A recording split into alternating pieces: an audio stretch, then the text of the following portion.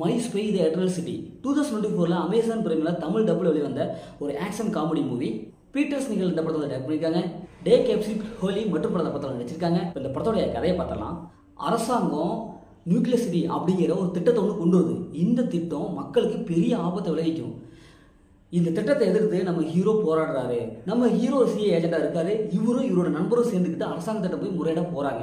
இப்போ இறுதியில் இந்த திட்டத்தை எதிர்த்து அவரு போராடி வெற்றி பெற்றாரா இல்லை, இறுதியில் என்னாச்சு அப்படிங்கிறத இந்த படத்தோட ஆன்லைன். இப்போ இந்த படத்தோடைய பாசிட்டிவ் பார்த்தாவே இந்த படத்தில் நடிச்ச எல்லாமே சூப்பராக பர்ஃபார்ம் பண்ணியிருக்காங்க. குறிப்பாக ஹீரோ, ஹீரோயின், அந்த குட்டி பொண்ணு, இவங்க மூணு பேருடைய ஆக்டிங் செமையா இருக்கு. படத்தோடைய ஸ்கிரீன் பிளே ஃபர்ஸ்ட் ஹாஃப் வந்து கடைசி வரைக்கும் ஓரளவுக்கு நல்லா கொடுத்துருக்காங்க. படத்தோடைய மியூசிக் நல்லா இருக்கு.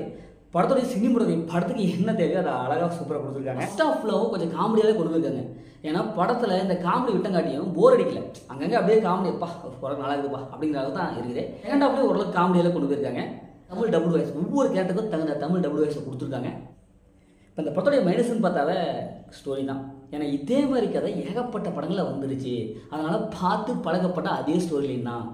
அதே மாதிரி ட்விஸ்ட் அண்ட் டர்ன்லாம் செகண்ட் ஹாஃப் இன்னும் கொஞ்சம் மெயின்டைன் பண்ணிக்கலாம். ஏன்னா சில சீன்ஸ் எல்லாம் ப்ரிடிக்டபிளாக இருக்குது. பார்த்த சீனே என்னடா இதே பார்த்த சீனே வந்துருச்சோ அப்படிங்கிறது தான் இருக்குது.